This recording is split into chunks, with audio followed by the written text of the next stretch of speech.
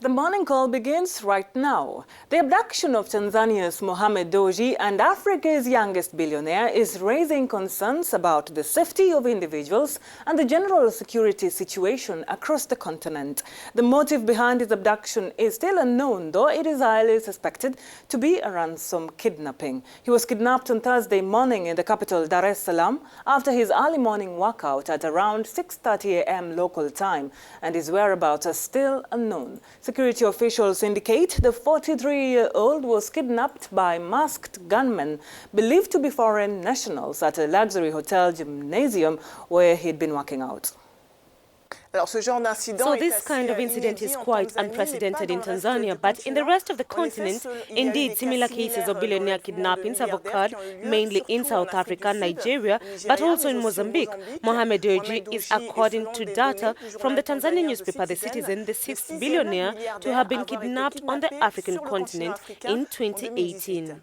Well, that's correct, Barbara. Abdullahi Halahe is a security and policy analyst, and he joins us now to speak about this incident. Thank you very much, Abdullahi Halahi, for accepting to speak to us regarding this rather shocking kidnap in Tanzania. Being a popular billionaire, Mohammed Dewji's kidnap has captured the attention of the media, but is it an isolated incident or part of a trend in the region?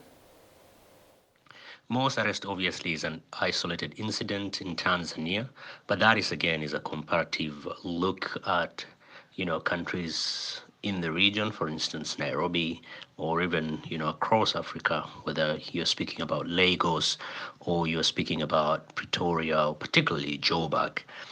But then again, Tanzania over the last few years, since the current administration came into power, most of the things that we associate Tanzania with are not what we are used to. So therefore, my sense is, at least knowing what we know now, maybe these are people who are interested in ransom more than anything else, because the identities of the people who are arrested points to that direction. But then again, it's very early days, so we do not know. Yes, to your question, this is an isolated incident, but we need to be aware that things could change very, very quickly. And Tanzanians are angry about the situation because Dewji's arrests have already been made as compared to other cases that have occurred in the country. And these arrests have been made within hours since his abduction.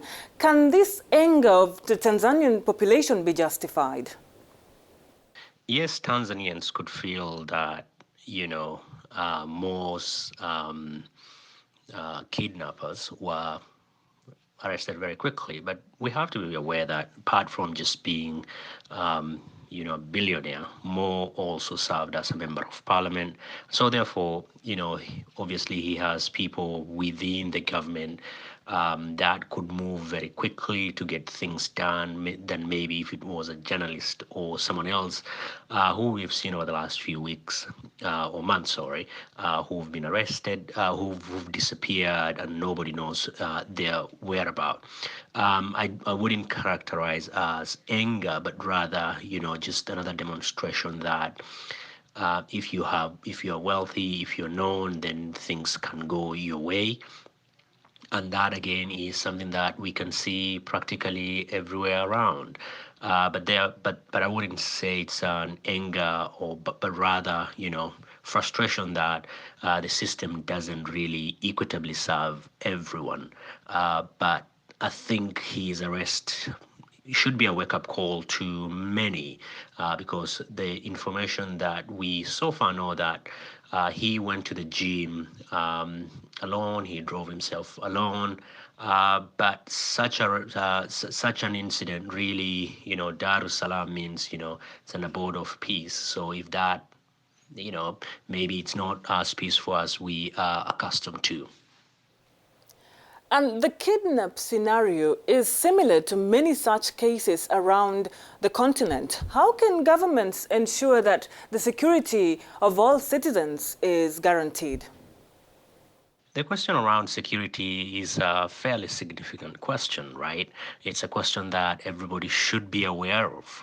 But I think we have to be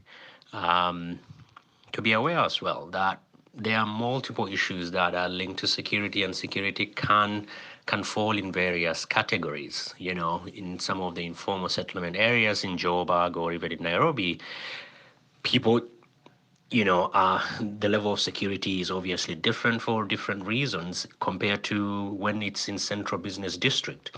But I think one of the issues that African governments need to begin paying attention to is not just poverty, but the level of inequality between the rich and the poor. So if you look at the demographic of many African countries, you will realize that under 30 are over 60 to 70% in some countries, depending. Median age of 17 to 19. So these are people who will want to join workforce very quickly, or they will have to join workforce very quickly. And if the economic reality on the ground doesn't improve, if the GDP doesn't improve, if all we are seeing right now is money going into corrupt families, politicians, public figures, I think we will start seeing an increase in insecurity in most of these countries.